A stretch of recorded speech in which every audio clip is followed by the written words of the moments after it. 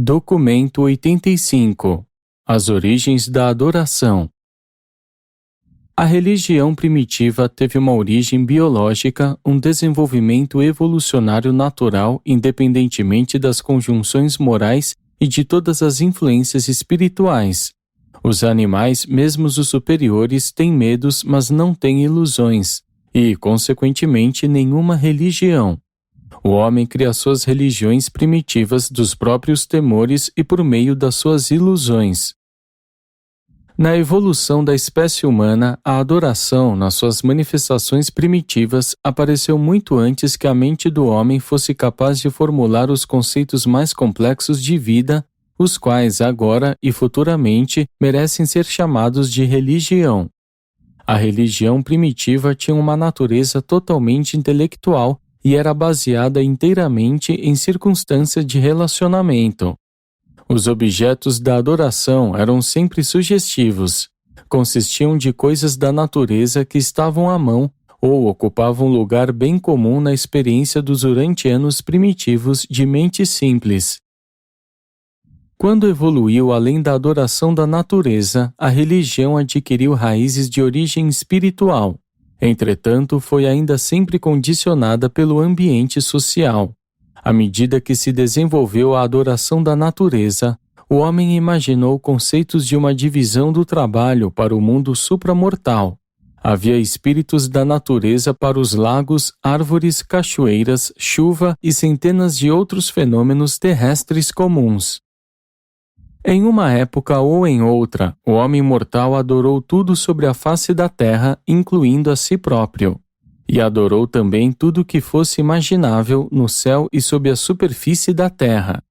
O homem primitivo temia todas as manifestações de poder, e adorou a todos os fenômenos naturais que não podia compreender.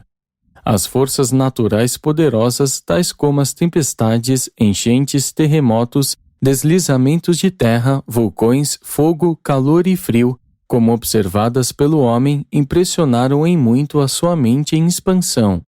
As coisas inexplicáveis da vida ainda são chamadas de atos de Deus e de dispensações misteriosas da providência.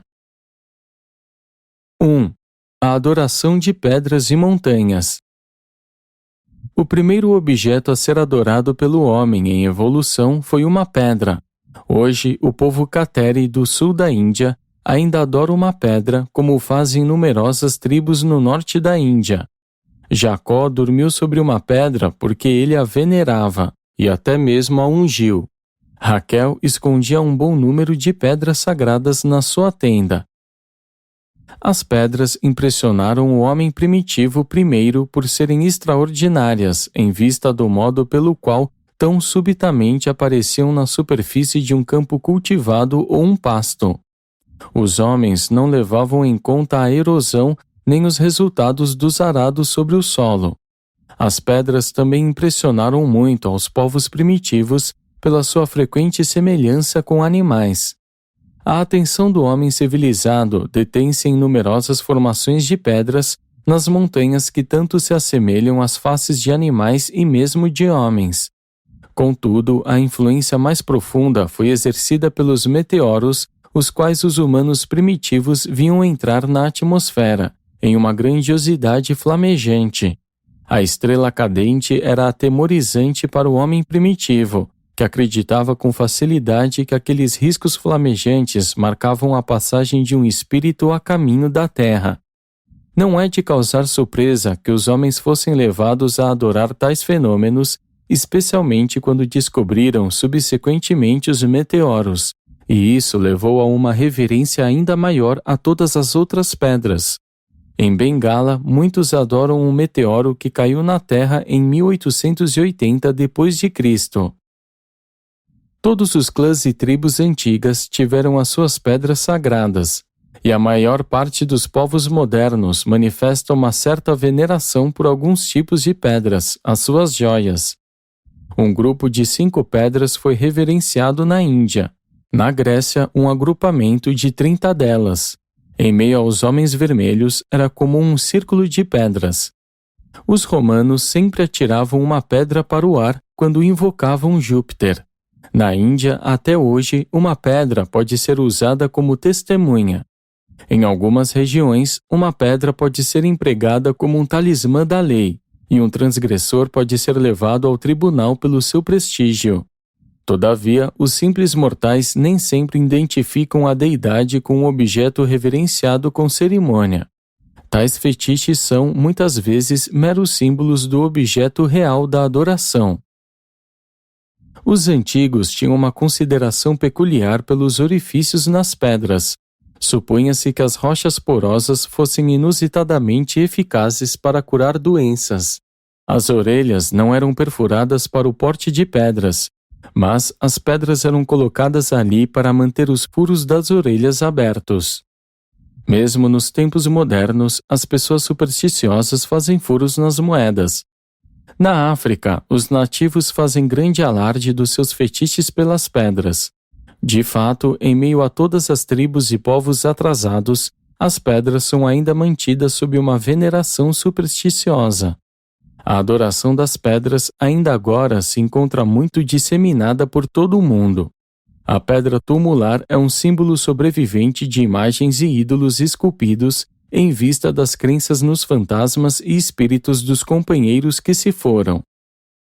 A adoração de colinas veio depois da adoração da pedra, e as primeiras colinas a serem veneradas foram grandes formações de rochas. Em seguida, tornou-se hábito acreditar que os deuses habitavam nas montanhas, de um modo tal que as altas elevações de terras eram adoradas por mais essa razão. Com o passar do tempo, sendo associadas a certos deuses, certas montanhas tornavam-se sagradas. Os aborígenes ignorantes e supersticiosos acreditavam que as cavernas levavam ao submundo com os seus espíritos e demônios malignos, e, ao contrário, as montanhas eram identificadas com os conceitos num desenvolvimento mais recente das deidades e dos espíritos bons. 2. A adoração de plantas e árvores. As plantas primeiro foram temidas e depois adoradas por causa dos tóxicos que se derivavam delas. O homem primitivo acreditava que a intoxicação fazia com que alguém se tornasse divino. Supunham haver algo de inusitado e sagrado em tal experiência. Mesmo nos tempos modernos, o álcool é conhecido como espírito. O homem primitivo via a semente germinando com um temor e um respeito supersticioso. O apóstolo Paulo não foi o primeiro a retirar lições espirituais profundas da semente germinando e a pregar crenças religiosas sobre ela. Os cultos de adoração de árvore estão nos grupos das religiões mais antigas. Todos os casamentos primitivos eram feitos sob as árvores e, quando as mulheres desejavam ter filhos, algumas vezes iam às florestas abraçar afetuosamente um robusto carvalho. Muitas plantas e árvores foram veneradas pelos seus poderes medicinais, reais ou imaginários. O selvagem acreditava que todos os efeitos químicos fossem devidos à atividade direta de forças sobrenaturais. As ideias sobre os espíritos das árvores variavam muito entre as tribos e raças diferentes. Algumas árvores eram habitadas por espíritos afáveis, outras abrigavam espíritos cruéis e enganosos. Os finlandeses acreditavam que a maior parte das árvores era ocupada por espíritos bons. Os suíços há muito desconfiavam das árvores, acreditando que continham espíritos traiçoeiros. Os habitantes da Índia e da Rússia Oriental consideravam os espíritos das árvores como sendo cruéis.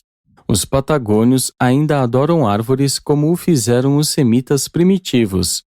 Muito depois de cessarem de adorar as árvores, os hebreus continuaram a venerar as suas várias deidades dos bosques. Exceto na China, houve um culto universal à árvore da vida. A crença de que a água, bem como os metais preciosos debaixo da superfície da terra, podem ser detectados por um divinatório ramo de madeira é uma lembrança dos antigos cultos às árvores. O mastro de 1º de maio, a árvore de Natal e a prática supersticiosa de bater na madeira perpetuam alguns dos antigos costumes de adoração das árvores e dos seus cultos mais recentes. Muitas das formas mais primitivas de veneração da natureza combinaram-se a técnicas de adoração posteriores em evolução, mas os tipos mais primitivos de adoração, ativados pelos espíritos ajudantes da mente, estavam funcionando muito antes de a natureza religiosa recém-despertada da humanidade se tornar plenamente sensível ao estímulo das influências espirituais. 3. A adoração de animais. O homem primitivo possui um sentimento peculiar e fraternal para com os animais superiores. Os seus ancestrais haviam vivido com eles e haviam até mesmo se acasalado com eles. No sul da Ásia, acreditou-se primitivamente que as almas dos homens voltavam à Terra na forma animal.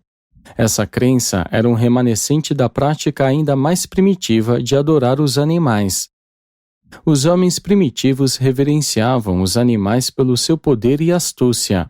Julgavam que os apurados sentidos do olfato e da visão de certas criaturas fosse um sinal de orientação espiritual. Os animais têm sido adorados por uma raça ou por outra em um momento ou em outro. Entre esses objetos de adoração estavam criaturas que foram consideradas como meio humanas e meio animais, tais como o centauro e a sereia. Os hebreus adoravam serpentes até os dias do rei Ezequias. Os indianos ainda mantêm relações amigáveis com as suas cobras caseiras. A adoração chinesa ao dragão é um remanescente dos cultos das cobras. A sabedoria da serpente era um símbolo da medicina grega e é ainda empregado como emblema pelos médicos modernos. A arte do encantamento das cobras tem sido transmitida desde a época das xamãs femininas do culto de amor às cobras e, como resultado das picadas diárias das cobras, elas tornavam-se imunes. De fato, se tornaram verdadeiras dependentes do veneno, sem o qual não podiam viver. A adoração dos insetos e outros animais foi promovida por uma má interpretação da regra dourada, de fazer aos outros toda forma de vida, como gostaríeis que fosse feito a vós. Os antigos, certa época, acreditaram que todos os ventos seriam produzidos pelas asas de pássaros e, por isso, tanto temiam como adoravam todas as criaturas com asas. Os nórdicos primitivos julgavam que os eclipses eram causados por um lobo que devorava um pedaço do sol ou da lua. Os hindus frequentemente mostram Vishnu com uma cabeça de cavalo. Muitas vezes, o símbolo de um animal representa um deus esquecido ou um culto extinto. Primitivamente, na religião evolucionária, o cordeiro tornou-se o animal típico do sacrifício e a pomba o símbolo da paz e do amor. Na religião, o simbolismo pode ser bom ou mau na mesma medida em que o símbolo substitui ou não a ideia original adorada. E o simbolismo não deve ser confundido com a idolatria diretamente, na qual o objeto material é direta e factualmente adorado. 4. A adoração dos elementos. A humanidade tem adorado a terra, o ar, a água e o fogo. As raças primitivas veneraram fontes e adoraram rios. E, ainda agora, na Mongólia, floresce o culto de um rio importante.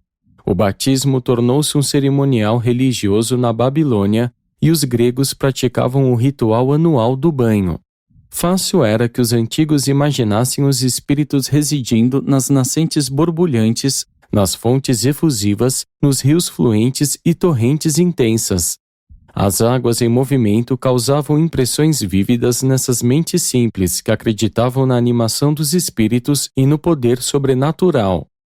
Algumas vezes, a um homem que se afogava era negado socorro por medo de ofender algum deus do rio.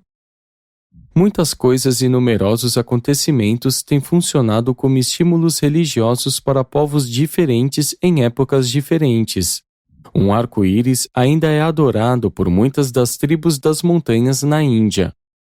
Tanto na Índia quanto na África, o arco-íris é considerado como sendo uma cobra celestial gigantesca. Os hebreus e os cristãos consideram-no o Arco da Promessa. Do mesmo modo, influências consideradas como benéficas em uma parte do mundo podem ser consideradas malignas em outras regiões. O vento oriental é um deus na América do Sul, pois traz a chuva. Na Índia é um demônio, porque traz a poeira e causa seca. Os beduínos antigos acreditavam que um espírito da natureza produzia os redemoinhos de areia e, mesmo na época de Moisés, a crença em espíritos da natureza foi forte o suficiente a ponto de assegurar a sua perpetuação na teologia hebraica como anjos do fogo, da água e do ar. As nuvens, a chuva e o granizo têm sido todos temidos e adorados por numerosas tribos primitivas e por muitos dos cultos primitivos da natureza. As tempestades de vento com trovões e relâmpagos aterrorizavam o homem primitivo. Tão impressionado ele ficava com as perturbações dos elementos que o trovão era considerado a voz de um deus irado. A adoração do fogo e o temor dos relâmpagos eram ligados um ao outro e foram bem disseminados entre muitos grupos primitivos. O fogo esteve associado à magia nas mentes dos mortais dominados pelo medo. Um devoto da magia lembrará vividamente de um resultado por acaso positivo na prática das suas fórmulas mágicas e, ao mesmo tempo, se esquece indiferentemente de uma série de resultados negativos de fracassos absolutos. A reverência ao fogo atingiu seu apogeu na Pérsia, onde perdurou por muito tempo. Algumas tribos adoravam o fogo como uma deidade em si. Outras reverenciavam-no como símbolo flamejante do espírito da purificação e da purgação das suas deidades veneradas. As virgens vestais eram encarregadas do dever de vigiar os fogos sagrados. E as velas, no século XX, ainda queimam como uma parte do ritual de muitos serviços religiosos. 5. A adoração de corpos celestes. A adoração de rochas, montanhas, árvores e animais desenvolveu-se naturalmente por meio da veneração amedrontada dos elementos até a deificação do Sol, da Lua e das estrelas. Na Índia e em outros lugares, as estrelas eram consideradas como as almas glorificadas de grandes homens que haviam partido da vida na carne. Os cultuadores caldeus das estrelas consideravam-se como sendo os filhos do Pai Céu e da Mãe Terra. A adoração da Lua precedeu a adoração do Sol. A veneração da Lua esteve no seu auge durante a Era da Caça, enquanto a adoração do Sol tornou-se a principal cerimônia religiosa das idades agriculturais subsequentes. A adoração solar arraigou-se extensivamente na Índia, inicialmente, e ali perdurou por mais tempo. Na Pérsia, a veneração do Sol deu origem ao culto mitraico posterior. Entre muitos povos, o Sol foi considerado o ancestral dos seus reis. Os caldeus colocavam o Sol no centro dos 7 círculos do universo. Mais tarde, as civilizações honraram o Sol, dando seu nome ao primeiro dia da semana. Supunha-se que o deus do Sol fosse o pai místico dos filhos do destino, nascidos de uma virgem, os quais, de tempos em tempos, se outorgavam como salvadores das raças favorecidas. Esses infantes sobrenaturais eram sempre encontrados à deriva em algum rio sagrado para serem resgatados de um modo extraordinário, depois do que cresceriam para tornar-se personalidades miraculosas e libertadores dos seus povos. 6. A adoração do homem.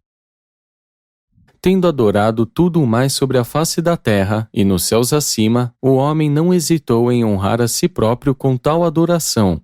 O selvagem de mente simples não faz distinção clara entre as bestas, os homens e os deuses. O homem primitivo tinha como supra-humanas todas as pessoas inusitadas e, assim, ele temia tais seres a ponto de ter por eles um respeito reverente. Em uma certa medida, literalmente os adorava. Até o fato de dar irmãos gêmeos à luz era considerado ou de muita sorte ou de muita falta de sorte. Os lunáticos, os epiléticos e os de mente débil eram frequentemente adorados pelos seus semelhantes de mentes normais que acreditavam que tais seres anormais eram resididos por deuses. Sacerdotes, reis e profetas foram adorados. Os homens sagrados de outrora eram considerados como sendo inspirados pelas deidades. Os chefes tribais eram deificados quando mortos.